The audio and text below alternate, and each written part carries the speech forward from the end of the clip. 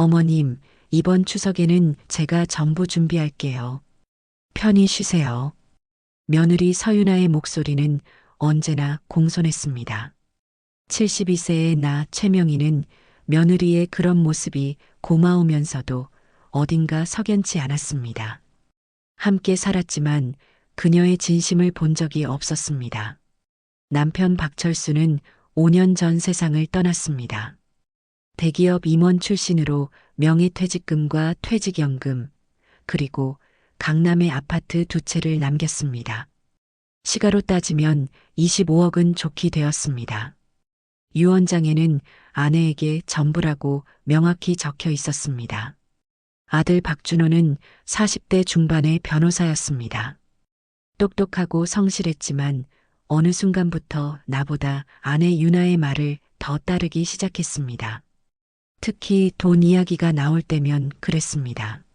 엄마, 요즘 부동산 세금이 너무 많이 나옵니다.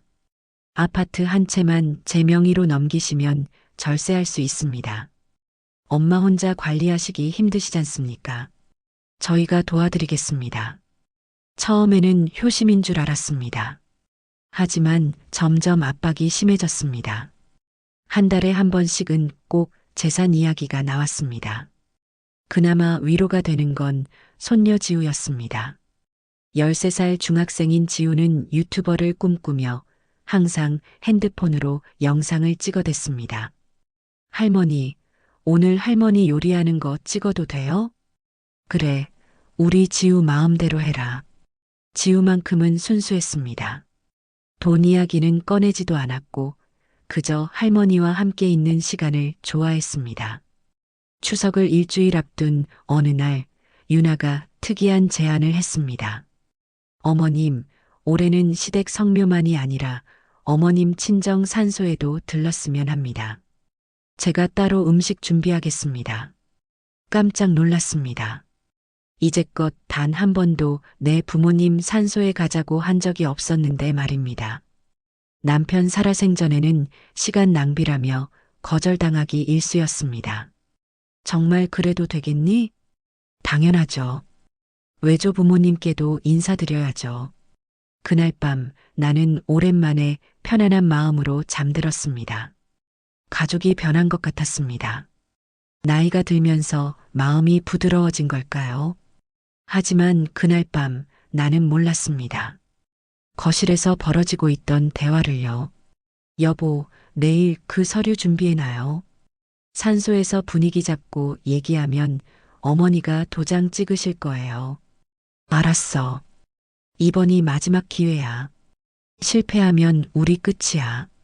복도 모퉁이에서 이 대화를 들은 지우는 고개를 갸웃했습니다. 무슨 서류일까요? 왜 산소에서 얘기한다는 걸까요? 지우는 조용히 자기 방으로 들어가 핸드폰 메모장에 적었습니다. 엄마 아빠가 무슨 계획을 세우는 것 같다. 할머니랑 관련된 것 같은데. 추석 당일 날씨는 화창했습니다. 일가족이 차에 올랐습니다. 준호가 운전대를 잡았고 조수석에는 유나가, 뒷좌석에는 나와 지우가 앉았습니다. 할머니, 오늘 날씨 정말 좋죠? 제가 브이로그 찍을게요. 지우는 핸드폰을 꺼내 촬영을 시작했습니다. 창밖 풍경, 가족들의 모습을 담았습니다. 평범한 추석 나들이처럼 보였습니다. 먼저 남편의 선산에 도착했습니다. 벌초를 하고 절을 올렸습니다. 준호는 아버지 산소 앞에서 말했습니다.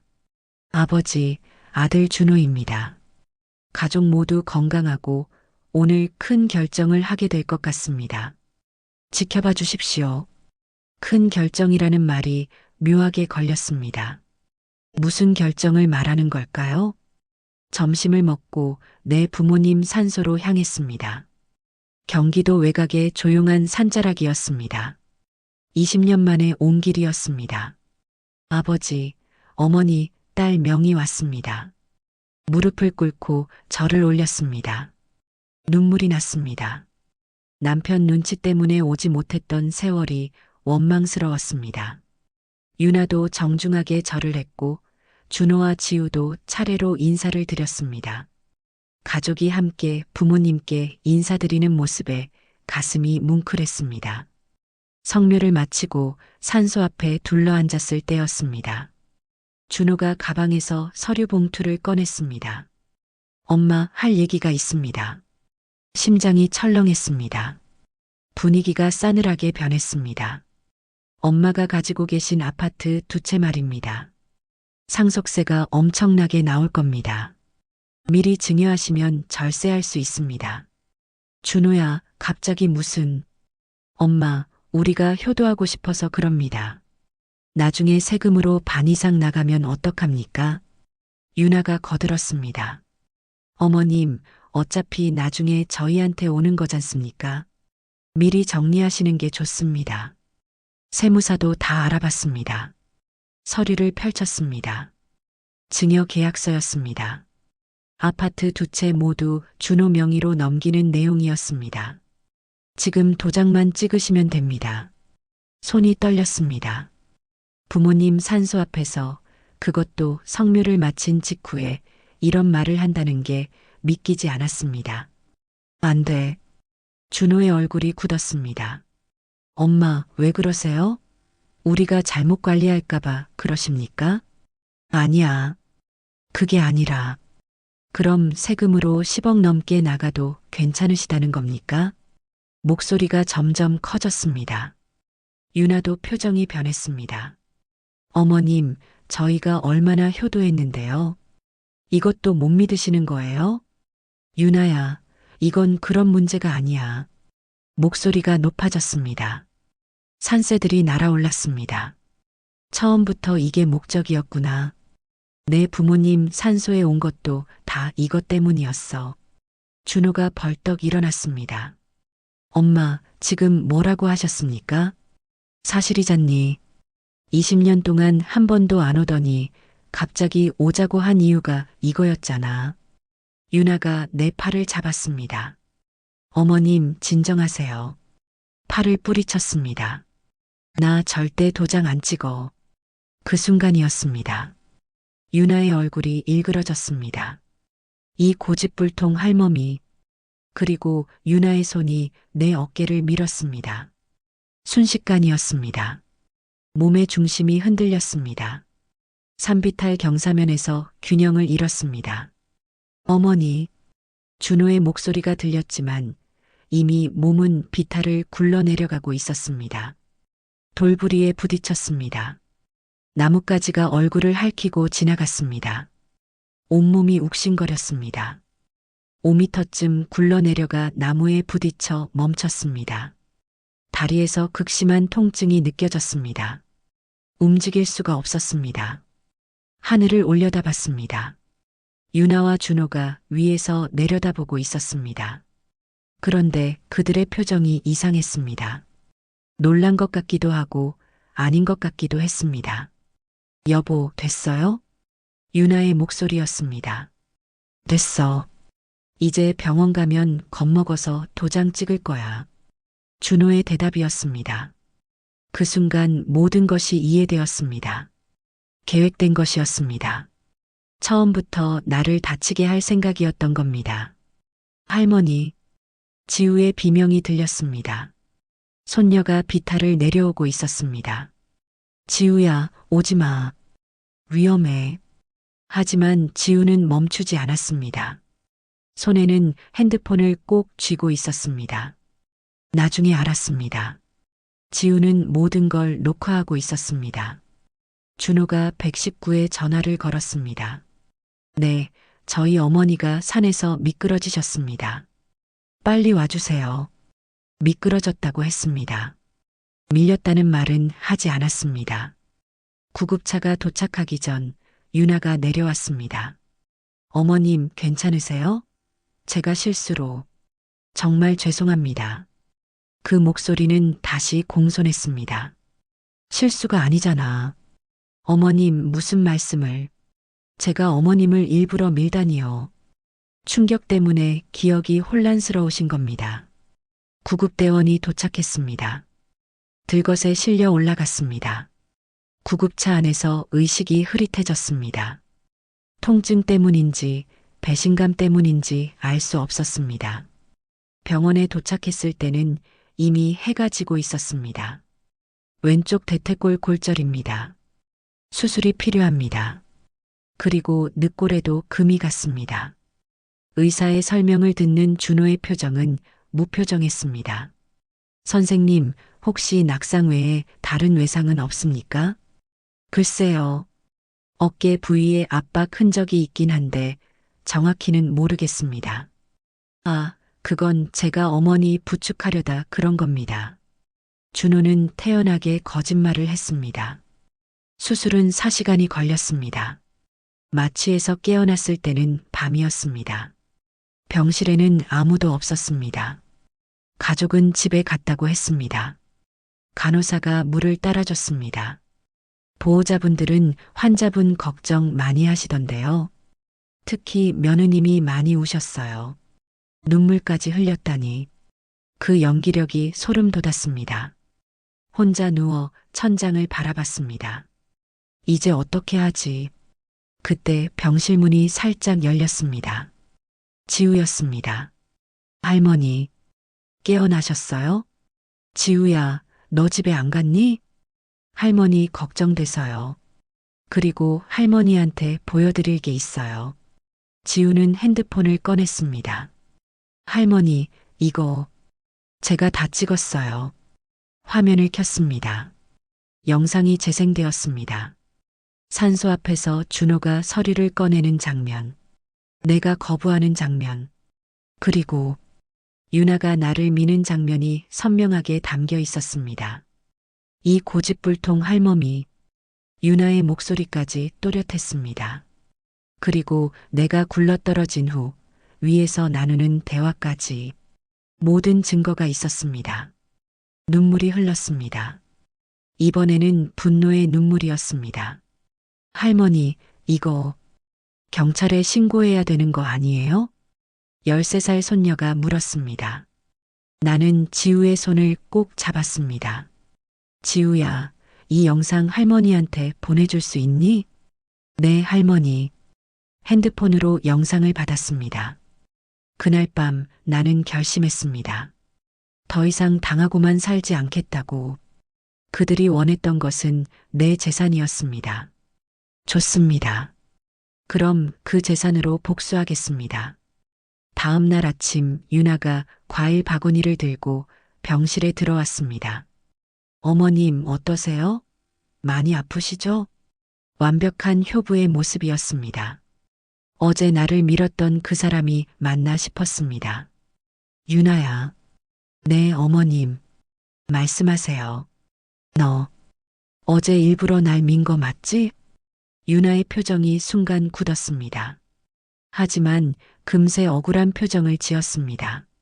어머님 무슨 말씀을? 제가 왜 일부러 밀어요?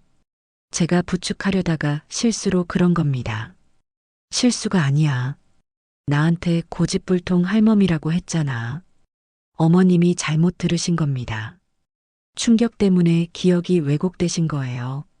태연했습니다. 거짓말을 밥 먹듯이 하는 사람이었습니다. 어머님, 저희가 어떻게 살았는데요? 제가 어머님을 해칠 이유가 있습니까? 유나는 내 손을 잡았습니다.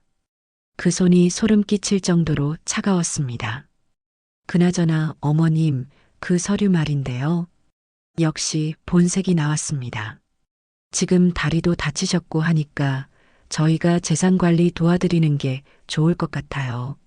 안 돼. 어머님, 왜 그러세요? 저희를 못 믿으시는 겁니까? 못 믿어. 너희들 절대 못 믿어.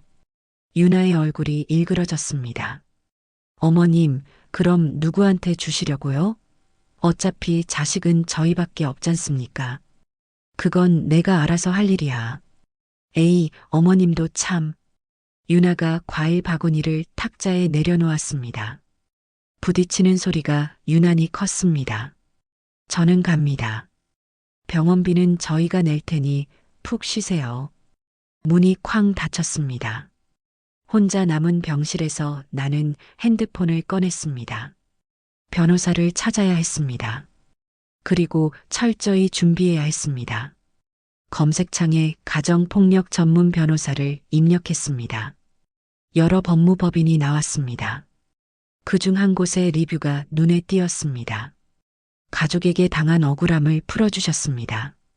강력 추천합니다. 전화를 걸었습니다. 법무법인 정희입니다. 변호사님과 상담하고 싶습니다. 어떤 사건이십니까? 며느리한테 폭행당했습니다. 그리고 재산을 빼앗으려 했습니다. 증거가 있으십니까? 네, 영상이 있습니다. 모든 게 다 담겨 있습니다. 그렇다면 충분히 승소 가능합니다. 지금 병원에 계십니까? 네. 그럼 제가 직접 찾아뵙겠습니다. 전화를 끊고 창밖을 바라봤습니다. 이제 시작이었습니다. 오후에 변호사가 도착했습니다. 40대 초반의 여성 변호사였습니다. 이름은 강수진이었습니다.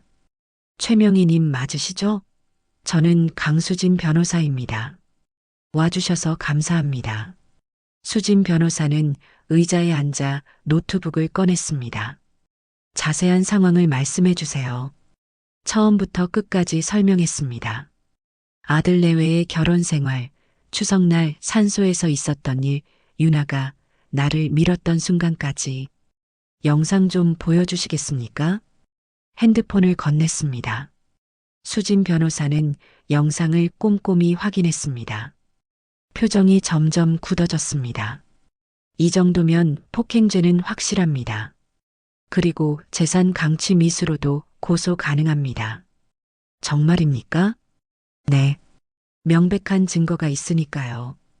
게다가 사전 모의까지 녹음되어 있습니다. 그런데 변호사님, 네, 말씀하세요. 각오하셔야 할 게 있습니다. 이 사건이 법정에 가면 가족관계는 완전히 파탄 날 겁니다. 알고 있었습니다. 하지만 이미 파탄 난 관계였습니다. 괜찮습니다. 이미 끝난 관계입니다. 알겠습니다. 그럼 고소장을 작성하겠습니다. 수진 변호사는 서류를 꺼냈습니다. 폭행죄, 재산 강취 미수, 그리고요?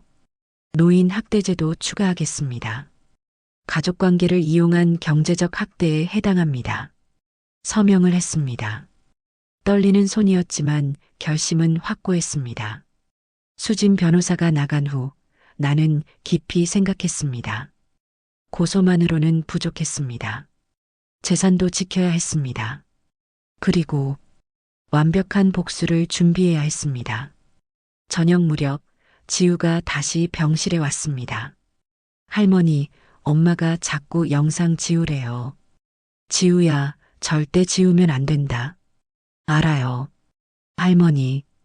그래서 저 클라우드에 백업도 했어요. 똑똑한 손녀였습니다. 지우야, 할머니가 고맙다. 내가 아니었으면. 할머니, 나 무서워요. 엄마 아빠가 왜 이러는지 모르겠어요. 지우를 안아줬습니다. 13살 아이에게는 너무 가혹한 현실이었습니다. 지우야, 괜찮아. 할머니가 다 해결할게. 할머니, 나중에 어떻게 돼요? 할머니가 이기면 너는 할머니랑 살 거야. 정말요? 그래. 약속한다. 그날 밤 나는 또 하나의 결심을 했습니다. 지우만큼은 지키겠다고. 그리고 그 아이가 올바르게 자랄 수 있도록 하겠다고. 휴대폰에 준호에게서 문자가 왔습니다. 엄마, 진정하세요. 우리 집에서 얘기합시다. 무시했습니다. 유나에게서도 문자가 왔습니다. 어머님, 오해 푸시죠. 제가 정말 실수한 겁니다. 역시 무시했습니다. 이제 대화할 것도 들어줄 것도 없었습니다. 오직 법정에서 진실을 밝히는 것만이 남았습니다. 그리고 그들이 그토록 원했던 재산. 그것으로 완벽한 복수를 하는 것만이. 고소장이 접수된 지 3일 후 경찰이 병원을 찾아왔습니다. 최명희님 맞으십니까? 강남경찰서 형사과입니다. 2명의 형사가 들어왔습니다. 네, 제가 최명희입니다. 제출하신 고소장 관련해서 진술 받으러 왔습니다. 형사들은 노트북을 열고 영상을 확인했습니다. 이것이 사건 당일 촬영된 영상 맞습니까? 네, 맞습니다. 제 손녀가 찍었습니다. 영상을 보던 젊은 형사가 미간을 찌푸렸습니다. 이건 명백한 폭행이네요. 게다가 사전 모의 대화까지. 나이든 형사가 물었습니다. 며느리분이 평소에도 이런 적이 있었습니까? 직접적인 폭력은 처음입니다. 하지만 재산 이야기는 끊임없이 나왔습니다. 증인이 있습니까? 손녀가 답했습니다. 영상도 그 아이가 찍은 겁니다. 1시간 넘게 진술을 했습니다. 형사들은 꼼꼼히 기록했습니다. 내일 피의자를 소환하겠습니다. 그리고 따님과 손녀분도 참고인으로 조사할 예정입니다. 형사들이 나간 후 나는 수진 변호사에게 전화했습니다. 변호사님, 경찰 조사 끝났습니다. 잘하셨습니다. 그런데 최명희님, 재산 보호는 생각해 보셨습니까? 무슨 말씀이십니까? 만약 이들이 다른 방법으로 재산을 노린다면 법적으로 완벽하게 보호해야 합니다. 맞는 말이었습니다. 어떻게 해야 합니까? 신탁을 설정하시는 게 좋겠습니다. 그리고 유언장도 새로 작성하시고요. 알겠습니다. 도와주십시오. 다음 날 오후 준호와 유나가 경찰서에 소환되었습니다. 조사실에 앉은 유나는 떨고 있었습니다. 피의자 서유나 씨, 추석날 시어머니를 폭행한 사실이 있습니까? 아닙니다. 저는 부축하려다가 실수로. 영상을 보면 명백히 미는 동작인데요. 형사가 노트북을 돌려 보여줬습니다.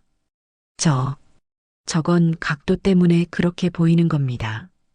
그럼 이 고집불통 할멈이라고 한 음성은 뭡니까? 제가 순간 화가 나서 그게 폭행의 이유입니까? 아닙니다. 저는 정말 유나는 답변을 제대로 못했습니다. 별도 조사실에서 준호도 비슷한 상황이었습니다. 박준호 씨, 영상을 보면 됐어. 이제 병원 가면 겁먹어서 도장 찍을 거야라고 하셨는데요. 그건 그냥 아내를 안심시키려고 한 말입니다. 어머니가 다쳐서 겁먹을 거라는 말이 안심시키는 겁니까? 아닙니다. 제 말은 증여 서류를 산소에 가져간 것도 사실입니까? 네. 하지만 그건 세금 때문에. 어머니가 거부하는데도 강요하셨죠? 준호는 침묵했습니다. 형사는 서류를 넘겼습니다. 당신들은 공범으로 보입니다. 재산 강취 공모죄로 말이죠. 조사가 끝난 후 경찰서 복도에서 준호와 유나가 마주쳤습니다. 여보, 이거 어떻게 하죠? 유나는 울먹였습니다. 당장 가서 엄마 설득해야 해. 설득이요? 어머니가 들어주실 것 같아요? 그래도 해야지. 두 사람은 병원으로 달려갔습니다. 병실 문을 벌컥 열고 들어왔습니다. 엄마, 어머님, 무슨 일입니까? 태연하게 물었습니다. 엄마, 고소 취하하세요. 제발입니다. 왜? 너희들이 한 짓인데. 엄마, 우리가 잘못했습니다. 용서해 주세요. 준호가 무릎을 꿇었습니다. 40대 중반 변호사가 병실 바닥에 무릎을 꿇는 모습이 참담했습니다. 용서? 나를 산에서 밀어떨어뜨린 걸 용서하라고? 엄마, 그건 정말 실수였습니다. 실수가 아니었다. 다 계획한 거잖아. 유나가 앞으로 나섰습니다. 어머님, 저희도 급했습니다. 빚이 너무 많아서. 빚이라고? 처음 듣는 말이었습니다. 제가 투자를 잘못했습니다. 7억이 날아갔습니다. 준호가 고백했습니다. 그래서 어머니 재산이 필요했던 겁니다. 이대로면 우리 파산합니다. 그게 나를 해칠 이유가 되니? 엄마, 나가. 당장 내 눈앞에서 사라지라고. 엄마, 제발. 나가라고 했다. 목소리를 높였습니다. 간호사가 달려왔습니다. 환자분이 안정을 취하셔야 하는데요. 보호자분들 나가주세요. 준호와 유나는 쫓겨나듯 병실을 나갔습니다. 복도에서 유나가 남편을 붙잡았습니다. 여보, 이러다 우리 정말 감옥 가요. 알아. 변호사 선임해야겠어. 돈이 어디 있어요? 7억 날린 것도 모자라서. 그때 유나의 핸드폰이 울렸습니다. 여보세요? 서유나 씨 맞으십니까? 데일리 뉴스 기자입니다. 얼굴이 새하얗게 질렸습니다. 추석날 시어머니 폭행 사건에 대해 인터뷰하고 싶은데요. 죄송합니다. 사양하겠습니다. 황급히 전화를 끊었습니다. 기자래요. 벌써 언론에 알려진 것 같아요. 준호는 벽에 기대 주저앉았습니다. 끝났어. 완전히 끝났어. 병실 안에서 나는 창밖을 바라보고 있었습니다. 수진 변호사에게 문자를 보냈습니다. 변호사님, 신탁 절차 빨리 진행해 주세요. 그리고 유언장도 작성하겠습니다. 곧 답장이 왔습니다. 알겠습니다. 내일 서류 준비해서 가겠습니다. 이제 2단계였습니다. 재산을 완벽하게 보호하는 것. 그리고 그 재산으로 진짜 복수를 시작하는 것. 일주일 후 나는 퇴원했습니다. 다리에는 아직 깁스가 되어 있었고 목발을 짚어야 했습니다. 집으로 가지 않았습니다. 수진 변호사가 예약해준 오피스텔로 갔습니다. 최명희님, 여기서 당분간 지내세요. 안전합니다. 감사합니다, 변호사님. 짐을 풀고 나니 홀가분했습니다. 더 이상 그들과 같은 공간에 있지 않아도 되었습니다. 다음 날 은행에 갔습니다. 고객님, 신탁 설정 절차 설명드리겠습니다. 은행 직원이 서류를 펼쳤습니다. 강남 아파트 2채 모두 신탁 설정하시면 소유권은 그대로지만 처분은 신탁기관 동의 없이 불가능합니다. 그럼 제 아들도 못 건드린다는 말이죠? 네, 본인만 처분할 수 있습니다. 좋습니다. 진행하세요. 서류에 도장을 찍었습니다. 그리고 유언장도 작성하고 싶습니다. 공증 유언장 말씀이시죠? 법무사 연결해 드리겠습니다. 오후에 법무사가 왔습니다. 유언 내용을 말씀해 주세요. 제 모든 재산은 손녀 박지우에게 상속합니다. 단 성년이 될 때까지는 신탁 관리하며 부모에게는 단 한 푼도 가지 않도록 합니다. 법무사가 놀란 표정으로 나를 봤습니다. 자녀분은 제외하신다는 말씀이시죠? 네. 그들은 자격이 없습니다. 알겠습니다. 법적으로 문제 없도록 작성하겠습니다. 모든 절차가 끝났습니다. 이제 준호와 유나는 내 재산에 손댈 수 없었습니다. 그날 저녁 준호에게서 전화가 왔습니다. 받지 않았습니다. 문자가 왔습니다. 엄마, 집에는 왜 안 오십니까? 걱정됩니다. 걱정이 아니라 재산이 걱정되는 거겠죠. 다시 문자가 왔습니다. 엄마, 우리 얘기 좀 합시다. 제가 잘못했습니다. 무시했습니다. 며칠 후 지우가 오피스텔을 찾아왔습니다. 할머니, 지우야, 어떻게 찾아왔니? 할머니가 보고 싶었어요. 그리고 지우는 울먹였습니다. 엄마 아빠가 매일 싸워요. 할머니 돈 때문에요. 안아줬습니다. 지우야, 괜찮아. 할머니가 다 계획이 있어. 할머니, 나 엄마 아빠 무서워요. 지우야, 할머니 말 잘 들어. 이제 곧 재판이 시작될 거야. 그때 넌 증인으로 나와야 해. 네, 할머니.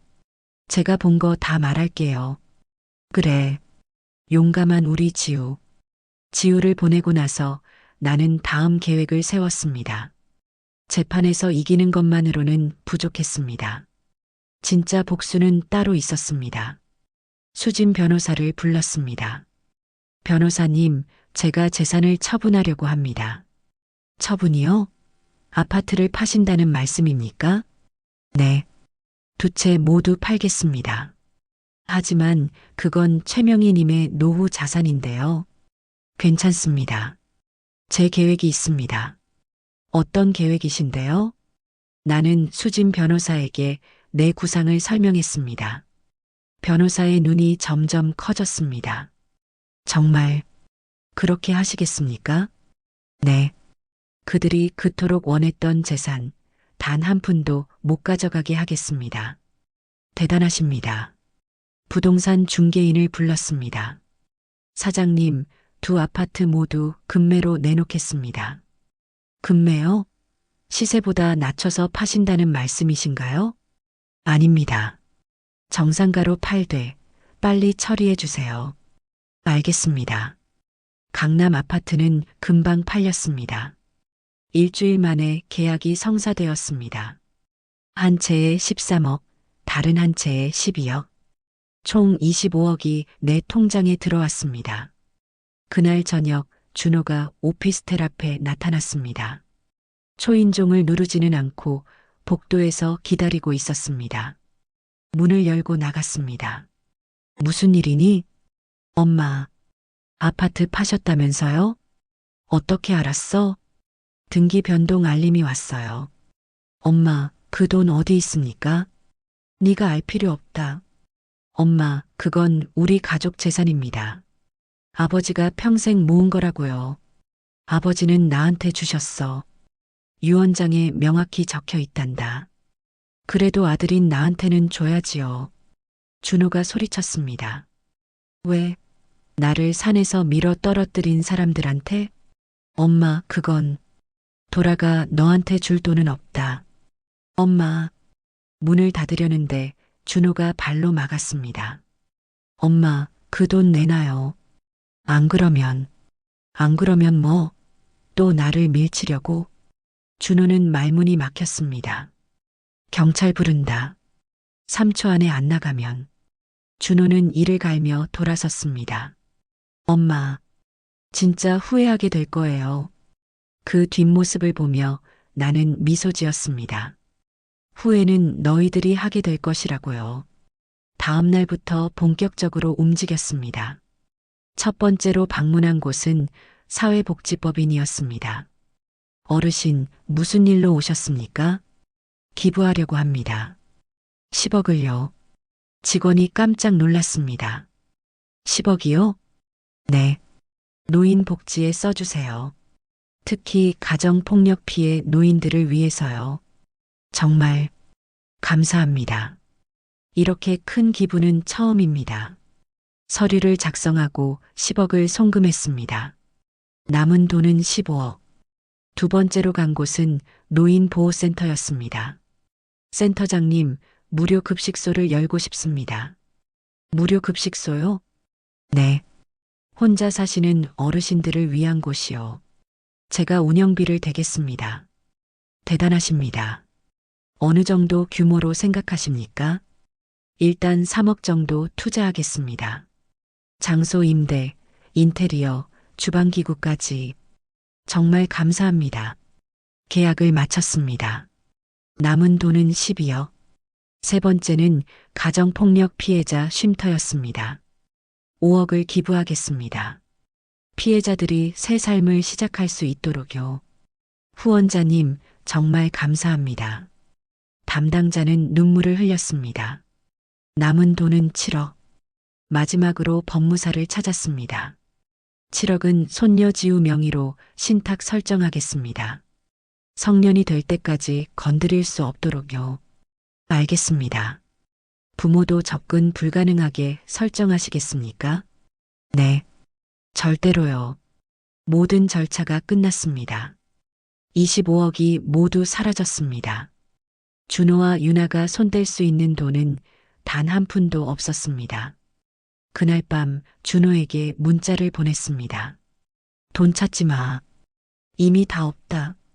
10억은 사회복지법인에, 5억은 폭력 피해자 쉼터에, 3억은 무료 급식소에, 7억은 지우 명의로 신탁했어. 너희들 몫은 없다. 5분 후 전화가 미친 듯이 걸려왔습니다. 받지 않았습니다. 문자가 쏟아졌습니다. 엄마 미쳤어요? 25억을 다? 이게 무슨 짓이야? 우리 죽으라는 거예요? 엄마, 제발 정신 차려요. 모두 무시했습니다. 창밖을 바라보며 중얼거렸습니다. 이제 시작입니다. 진짜 복수는 이제부터예요. 첫 공판일이 밝았습니다. 나는 일찍 일어나 정장으로 갈아입었습니다. 거울 속 내 모습은 달라져 있었습니다. 두려움 대신 결연함이 보였습니다. 법원 앞에는 이미 기자들이 몰려 있었습니다. 추석 성묘 폭행 사건이 언론에 크게 보도된 후였습니다. 피해자분, 한 말씀 해주세요. 25억을 모두 기부하신 게 사실입니까? 자녀분들과 화해 계획은 없으십니까? 카메라 플래시가 터졌습니다. 나는 기자들을 향해 또렷하게 말했습니다. 오늘 법정에서 모든 진실이 밝혀질 것입니다. 법정 안으로 들어섰습니다. 수진 변호사가 기다리고 있었습니다. 최명희님, 준비되셨죠? 네, 변호사님. 맞은편에는 준호와 유나가 그들의 변호사와 앉아 있었습니다. 준호는 눈을 마주치지 못했고 유나는 입술을 깨물고 있었습니다. 모두 일어나 주십시오. 재판장이 입장했습니다. 재판을 시작하겠습니다. 피고인 서유나, 박준호 폭행 및 재산 강취 미수 사건입니다. 피고인 측 기소 내용을 인정합니까? 유나의 변호사가 일어섰습니다. 재판장님, 피고인들은 혐의를 부인합니다. 이는 단순한 사고였으며 재산 강취 의도는 없었습니다. 검사 측 증거를 제시하시기 바랍니다. 수진 변호사가 노트북을 열었습니다. 법정 화면에 영상이 재생되었습니다. 그리고 유나가 나를 미는 장면이 선명하게 나타났습니다. 이 고집불통 할멈이 방청석이 술렁였습니다. 영상은 계속되었습니다. 내가 비탈을 굴러 떨어진 후 위에서 나누는 대화. 여보, 됐어요? 됐어. 이제 병원 가면 겁먹어서 도장 찍을 거야. 법정이 술렁거렸습니다. 유나는 고개를 떨구었고 준호는 주먹을 쥔 채 떨고 있었습니다. 재판장님, 이 영상은 피해자의 손녀가 우연히 촬영한 것입니다. 국립과학수사연구원 감정 결과 원본이며 조작되지 않았습니다. 피고인 측 반박하시겠습니까? 유나의 변호사는 당황한 표정이었습니다. 재판장님, 영상의 각도가 영상은 명백합니다. 다른 증인이 있습니까? 네, 재판장님. 목격자인 손녀 박지우를 증인으로 신청합니다. 법정문이 열리고 지우가 들어왔습니다. 교복을 입은 13살 소녀는 긴장한 표정이었지만 꿋꿋하게 증인석으로 걸어갔습니다. 준호가 딸을 보며 고개를 저었지만 지우는 시선을 돌렸습니다. 증인, 그날 무슨 일이 있었는지 말해주세요. 할머니랑 아빠, 엄마가 산소에서 싸웠어요. 아빠가 할머니한테 서류에 도장 찍으라고 했어요. 그 다음은 할머니가 안 된다고 하셨어요. 그러자 엄마가 화를 내며 할머니를 밀었어요. 확실히 봤니? 네. 저는 유튜버 연습하려고 영상을 찍고 있었어요. 다 찍혔어요. 고마워. 증인은 내려가도 됩니다. 지우가 증인석에서 내려왔습니다. 지나가면서 나를 보고 작게 웃어주었습니다. 재판장이 피고인들을 향해 물었습니다. 피고인 서유나, 할 말 있습니까? 유나가 떨리는 목소리로 일어섰습니다. 재판장님, 제가 순간 화가 나서 정말 죄송합니다. 피고인 박준호는요? 준호는 고개를 들지 못했습니다. 저도 잘못했습니다. 어머니께 죄송합니다. 피해자 최명희 씨, 최후 진술하시겠습니까? 나는 천천히 일어섰습니다. 재판장님, 저는 72년을 며느리와 함께 살았습니다. 목소리가 떨렸지만 계속했습니다. 언제나 착하고 공손했습니다. 저는 그게 진심인 줄 알았습니다. 하지만 돈 앞에서 본색이 드러났습니다. 유나를 바라봤습니다. 산비탈에서 저를 밀어떨어뜨린 그 순간, 지난 세월이 거짓이었다는 걸 알았습니다. 이번엔 준호를 봤습니다. 제 아들은 변호사입니다. 법을 아는 사람입니다. 그런 사람이 어머니가 다친 걸 보고됐다고 말했습니다. 한숨을 내쉬었습니다. 저는 이제 이들을 가족이라 부를 수 없습니다. 법이 정의를 세워주시기 바랍니다. 앉았습니다. 재판장은 잠시 서류를 검토하더니 말했습니다. 2주 후 최종 판결하겠습니다. 법정을 나서는데 준호가 다가왔습니다. 엄마, 저리 가. 엄마, 정말 죄송합니다. 제발 용서해 주세요. 복도로 나오자 기자들이 몰려들었습니다. 최명희 씨, 25억을 모두 기부하신 이유가 뭡니까? 마이크를 향해 대답했습니다. 그들에게 주느니 정말 필요한 사람들에게 주고 싶었습니다. 후회는 안 하십니까? 전혀요. 이게 제 인생 최고의 선택입니다. 그날 뉴스는 온통 이 사건으로 도배되었습니다. 72세 노인, 며느리 폭행 피해, 25억 전액 기부, 추석 성묘길 참극, 손녀가 밝힌 진실, 가족의 배신에 맞선 노인의 용기. 여론은 완전히 내 편이었습니다. 오피스텔로 돌아와 뉴스를 보는데 전화가 왔습니다. 최명희님, 저는 다큐팀 PD입니다. 네, 무슨 일이십니까? 최명희님의 이야기를 다큐멘터리로 만들고 싶습니다. 다큐멘터리요? 네. 많은 분들이 용기를 얻으실 겁니다. 허락해 주시겠습니까? 잠시 고민했습니다.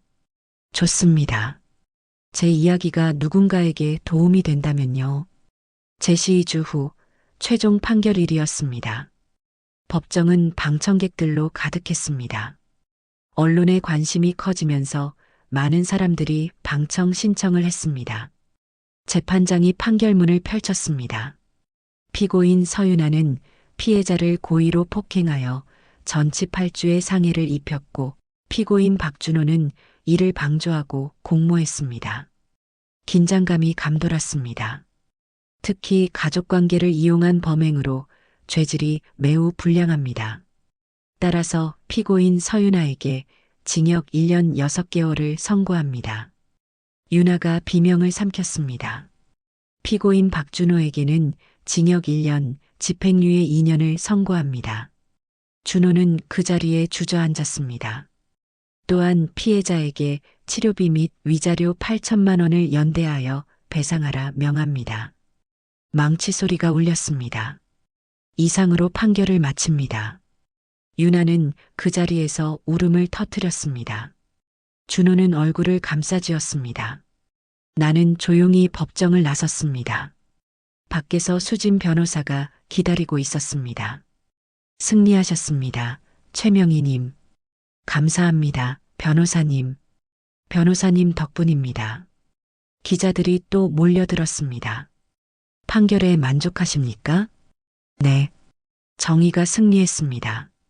위자료 8천만 원은 어디에 쓰실 계획입니까? 그것도 기부하겠습니다. 가정폭력 피해자들을 위해서요. 카메라 플래시가 터졌습니다. 최명희 씨는 진정한 영웅입니다. 한 기자가 소리쳤습니다. 법원을 나서는데 지우가 달려왔습니다. 할머니, 이겼어요. 그래, 우리 지우. 내 덕분이야. 지우를 꼭 안아줬습니다. 할머니, 이제 저 어떻게 돼요? 엄마는 감옥 가고. 지우야, 넌 할머니랑 살 거야. 할머니가 법적 보호자 신청했어. 정말요? 그래. 약속했잖아. 지우는 눈물을 흘리며 나를 안았습니다. 할머니 사랑해요. 할머니도 사랑한다. 우리 지우. 그날 저녁 오피스텔로 돌아와 다큐팀과 인터뷰를 했습니다. 최명희님, 왜 25억을 모두 기부하셨습니까? PD의 질문에 나는 대답했습니다.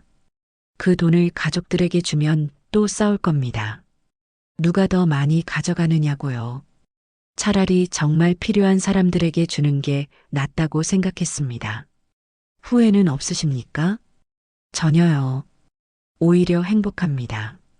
내 돈으로 내가 하고 싶은 일을 하는 거니까요. 가족들은 어떻게 되었나요? 며느리는 수감되었고 아들은 집행유예를 받았습니다. 아들은 변호사 자격도 정지되었다고 들었습니다. 그들을 용서하셨습니까? 잠시 생각했습니다. 용서는 했습니다. 하지만 다시는 가족으로 받아들일 수 없습니다. 그들은 이미 선택했으니까요. 손녀분은요? 지우는 저와 함께 살 겁니다. 제가 법적 보호자가 되었습니다. 마지막으로 같은 처지의 분들에게 한 말씀 해주신다면? 카메라를 똑바로 바라봤습니다. 참지 마세요. 가족이라는 이름으로 당하지 마세요. 용기를 내세요. 당신의 인생은 당신 것입니다. 다큐멘터리가 방송된 날 시청률은 18%를 넘었습니다. 포털 사이트 실시간 검색어 1위에 올랐습니다. 댓글이 수만 개 달렸습니다. 최명희님 진심으로 존경합니다. 저도 용기 내서 남편 폭력 신고했습니다. 가족이라는 이름으로 착취당하지 말아야 합니다. 이분이야말로 진정한 영웅입니다.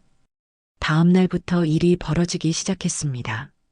전국에서 후원금이 쏟아져 들어왔습니다. 최명희 님처럼 살고 싶습니다. 작은 힘 보태겠습니다. 100만 원 기부합니다. 무료급식소 운영에 써주세요. 저도 가정폭력 피해자였습니다. 1천만 원 기부합니다. 일주일 만에 5억이 모였습니다. 나는 그 돈으로 두 번째 무료급식소를 열었습니다. 개업식 날 많은 사람들이 찾아왔습니다. 사장님, 뉴스 봤어요. 정말 대단하세요. 저희도 도와드리고 싶어요. 자원봉사자가 30명이 넘었습니다. 급식소는 금세 지역 명소가 되었습니다. 매일 300명이 넘는 어르신들이 찾아왔습니다. 사장님 덕분에 살만 납니다.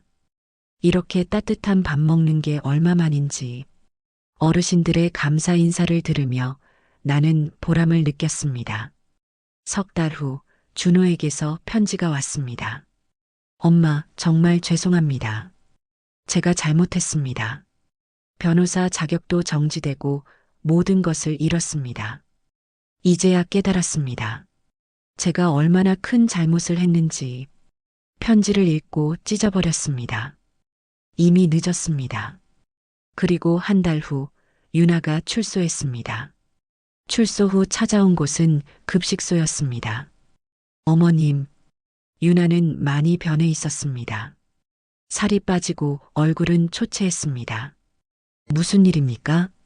죄송합니다. 정말 죄송합니다. 유나는 무릎을 꿇었습니다.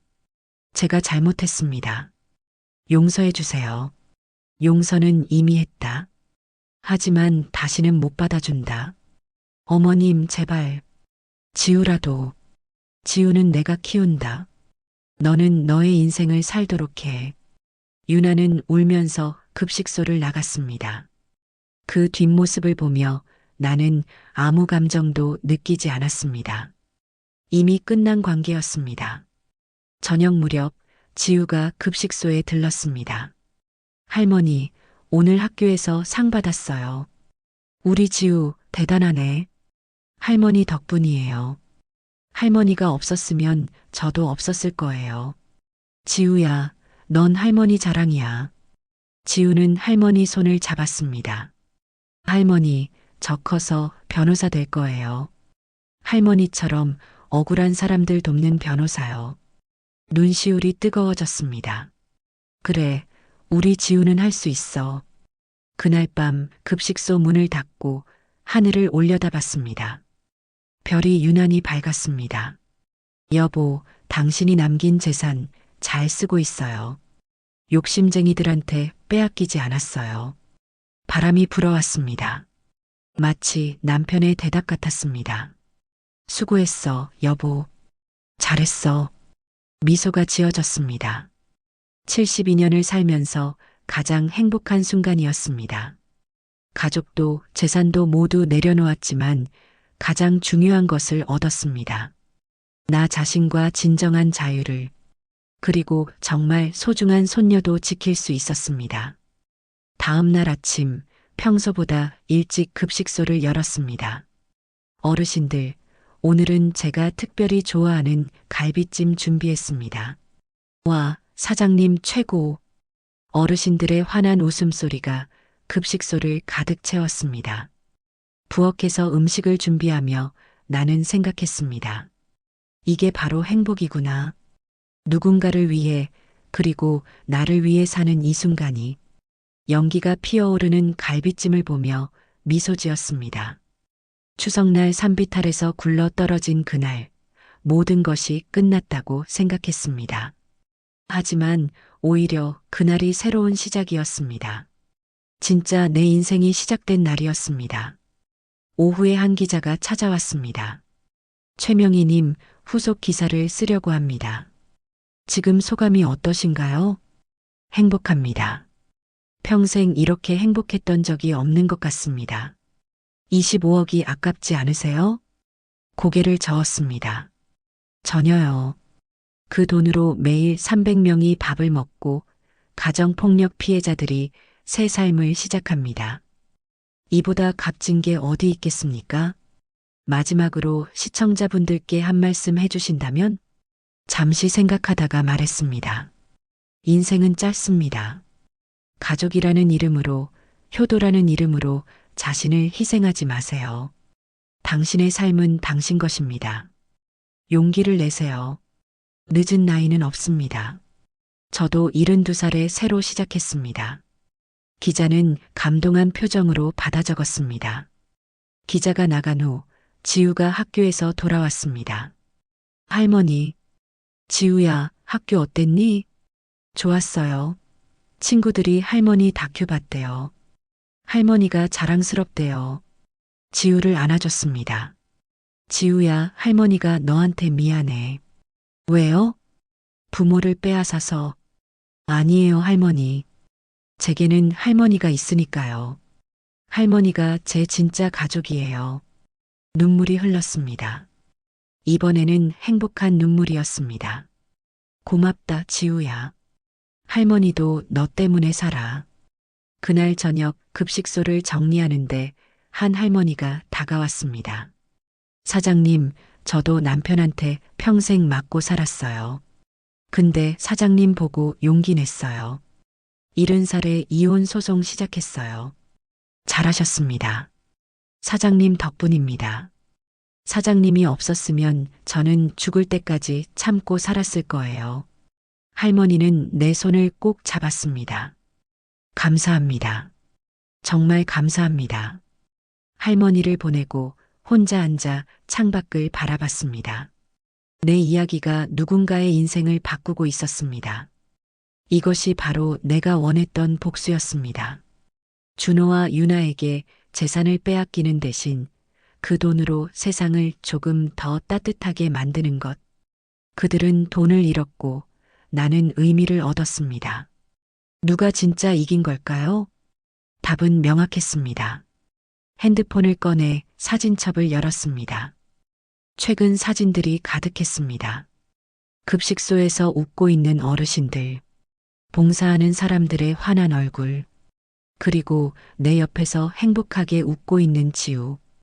이것이 25억의 진짜 가치였습니다. 돈으로 살 수 없는 것들, 행복, 보람, 의미, 그리고 진정한 가족. 그날 밤 집으로 돌아가는 길에 하늘을 올려다봤습니다. 달이 유난히 밝았습니다. 아버지, 어머니, 제가 잘하고 있죠? 물려주신 재산, 좋은 곳에 쓰고 있어요. 바람이 불었습니다. 마치 부모님의 대답 같았습니다. 잘했다, 딸아. 정말 잘했어. 미소를 지으며 걸었습니다. 72살의 나이에 나는 비로소 내 인생을 살기 시작했습니다. 추석날 산비탈에서 굴러떨어진 그날, 모든 것이 끝났다고 생각했습니다. 하지만 그것은 시작이었습니다. 진짜 최명희의 인생이 시작된 날. 그리고 오늘도, 내일도 나는 계속 나로 살아갈 것입니다. 아무도 나를 짓밟을 수 없습니다. 나는 이미 자유롭고 행복하고 당당하니까요. 구독과 좋아요 꼭 부탁드립니다. 감사합니다.